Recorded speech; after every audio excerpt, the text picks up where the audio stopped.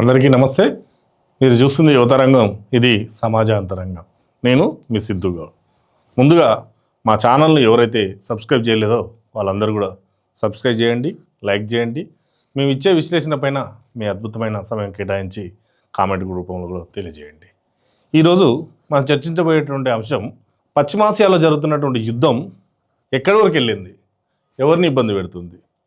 ఎక్కడో పశ్చిమాసియాలో యుద్ధం జరుగుతుంటే మనకేందులే, టీవీ ముందు ఏదో జరుగుతుంది, యుద్ధం చూస్తున్న వార్తలలో, కానీ మనకంత అవసరమా అని ఆలోచించే వాళ్ళు ఉన్నారు. కానీ ఒక్కసారి దాన్ని దీర్ఘంగా ఆలోచించండి.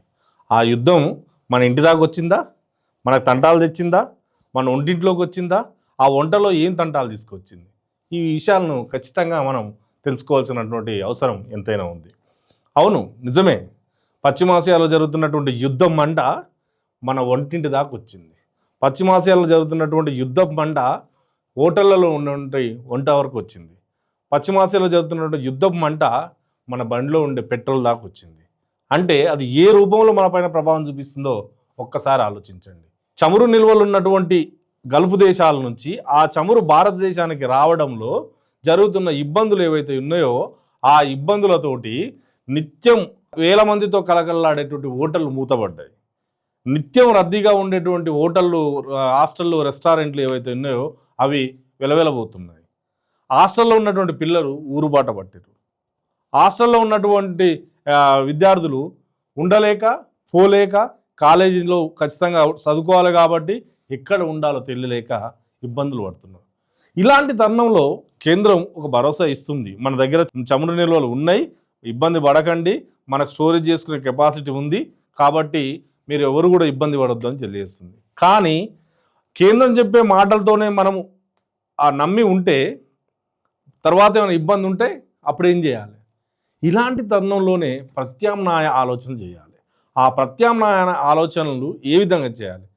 వంట గ్యాసు ఇవ్వడం లేదు, గ్యాస్ బుకింగ్ ఆపేశారు. వంట గ్యాస్ 21 రోజుల తర్వాతనే వస్తుంది. హోటల్ కమర్షియల్ గ్యాస్ ఏదైతే ఉందో ఆ గ్యాస్ను నిలిపివేశారు. నిలిపివేయడంతో హాస్టళ్ళు మూతపడ్డాయి, హోటళ్ళు మూతపడ్డాయి.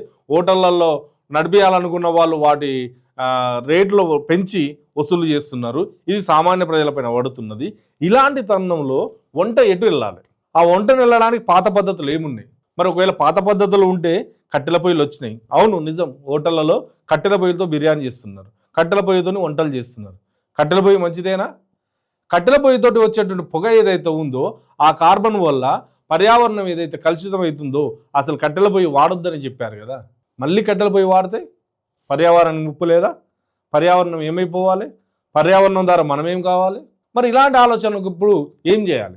ఇలాంటి ఆలోచనలకు కొత్త ఉదాహరణను తీసుకొచ్చిర్రు, ఒక కొత్త లైవ్ ఎగ్జాంపుల్ను తీసుకొచ్చిర్రు. ఆ లైవ్ ఎగ్జాంపుల్ను మనం తెలుసుకోవాల్సినటువంటి అవసరం ఉన్నది. ఇదే ఆదిలాబాద్లో సునీల్ శర్మ అనేటువంటి వ్యాపారవేత్త అనుసరిస్తున్న విధానం. ఈరోజు కొత్తగా అనుసరించట్లేదు, ఆయన ఇంత గతంలోనే స్టార్ట్ చేశాడు, ఆ బిజినెస్ను చూపించుకుంటూ వస్తున్నాడు. ఇప్పుడు ఆ బిజినెస్ యొక్క ఆవశ్యకత ఏర్పడింది. అవును, నిజం, పిల్లెట్స్, బ్రిక్స్, ఈ పదాలు మనం తెలుసుకోవాలి. ఇదేంది కొత్తగా అనిపిస్తుంది అనిపించవచ్చు. ఆదిలాబాదులో 11 లక్షల హెక్టార్లలో పత్తి పంటను సాగు చేస్తున్నారు. పత్తి పంటకు, పిల్లెట్స్, బ్రిక్స్కు, వంటకు సంబంధం ఏంది అని అనుకుంటున్నారు? వినండి, ఈ విషయం పూర్తిగా వింటే తప్ప అర్థం కాదు. ఆదిలాబాద్ జిల్లాలో 11 లక్షల హెక్టార్లలో ఆ పత్తి పంటను పండించినాక, సాధారణంగా ఎవరు పత్తి పంటను పండించినా ఆ పత్తి ఏదైతే ఉందో దాన్ని తీసుకున్న తర్వాత ఆ కర్రలు ఏవైతే ఉన్నాయో ఆ కర్రలను అదే పంట చేనులో తగలబెడతారు. కానీ ఆదిలాబాద్లో అలా జరగడం లేదు.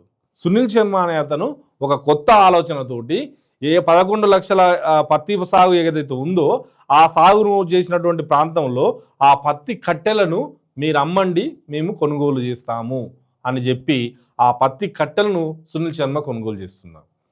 కొనుగోలు చేసినటువంటి పత్తి కట్టెలను ఏం చేస్తున్నాడు?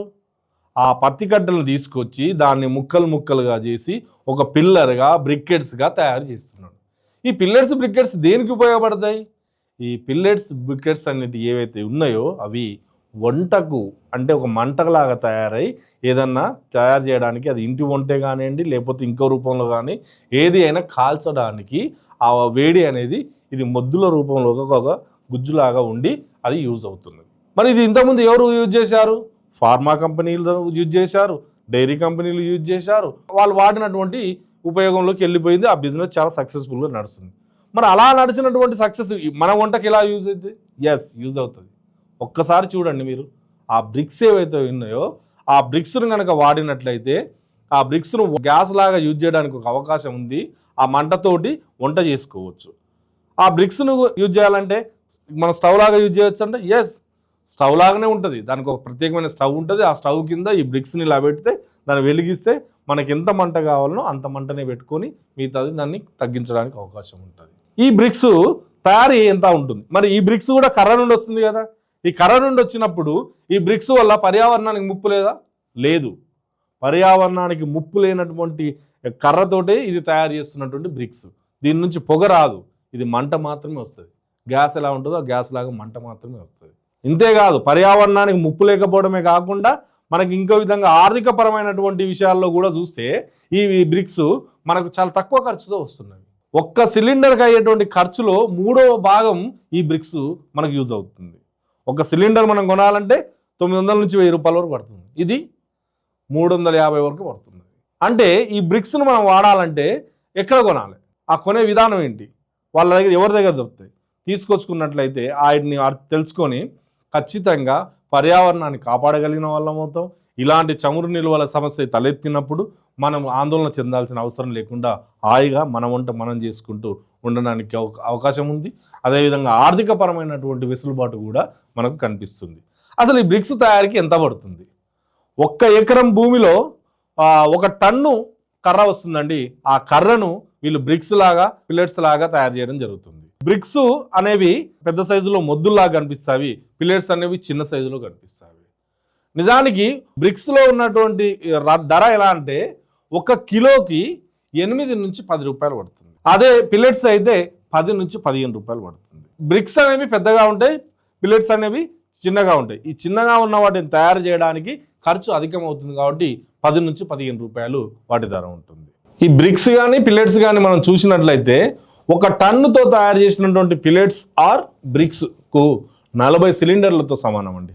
ఈ స్టవ్లు ఎలా దొరుకుతాయి, ఈ స్టవ్ ఎంతవరకు దొరుకుతుందని కనుక మనం తెలుసుకోవాలంటే నిజానికి ఇంట్లో వంట చేసేటువంటి స్టవ్ ఏదైతే ఉందో అది 1500 నుంచి 3000 రూపాయల్లో దొరుకుతుంది.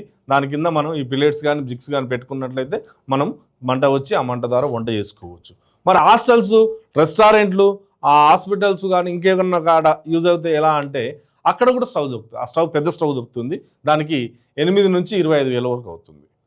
ఆ స్టవ్ కింద సేమ్ ఇదే పిల్లెట్స్ కానీ బ్రిక్స్ కానీ పెట్టినట్లయితే మనం వంట చేసుకోవాలి. ఇది ఈరోజు కొత్తగా ఆదిలాబాద్లో పెట్టిన సునీల్ శర్మ ద్వారానైనా ఇంకెక్కడైనా వాడుతురా అని అంటే వాడుతున్నారు. రాజస్థాన్లో వాడుతురు, గ్రామీణ ప్రాంతంలో, మధ్యప్రదేశ్లో వాడుతురు, గుజరాత్లో వాడుతురు. ఇలా అక్కడ రాష్ట్రాల్లో గ్రామీణ ప్రాంతాలు ఏవైతే ఉన్నాయో పర్యావరణానికి ముప్పు వాటిల్లకుండా, పర్యావరణానికి చెడు జరగకుండా, పర్యావరణ పరిరక్షణకు తోడ్పడుతూ ఆర్థికపరమైనటువంటి భారం కలగకుండా తక్కువ ఖర్చుతోటి ఈ బ్రిక్స్ ఏవైతే ఉన్నాయో, ఈ పిల్లెట్స్ ఏవైతే ఉన్నాయో వాటిని వాడుతూ హాయిగా ఉంటున్నారు. అక్కడ ఉన్న ప్రజలకు పశ్చిమాసియా యుద్ధం టెన్షన్ ఉందా అంటే లేదు. ఎందుకంటే వాళ్ళ దగ్గర బ్రిక్స్ కానీ పిల్లెట్స్ కానీ ఉన్నాయి కాబట్టి వాటి ద్వారా వాళ్ళు వంట చేసుకోవచ్చు. ఎవరైతే గ్యాస్ సిలిండర్ మీద ఆధారపడి ఉన్నారో వాళ్ళంతా ఆందోళన చెందుతారు. కాబట్టి ఒక్కసారి గ్యాస్ సిలిండర్ కొరత ఇలాంటిది వచ్చేదానికంటే ఇలాంటివి ఏముంది, ప్రత్యామ్నాయం ఏముంది, ఆ ప్రత్యామ్నాయం వైపు మనం ఎందుకు చూడకూడదు అని ఆలోచించి ఆ ప్రత్యామ్నాయాన్ని స్వాగతించి వాటిని వాడడానికి ఆలోచించండి. ఇది ఈరోజు టాపిక్. రేపు మరొక విషయంతో మాట్లాడదాం, మళ్ళీ కలుద్దాం. అప్పటి వరకు సెలవు, నమస్తే.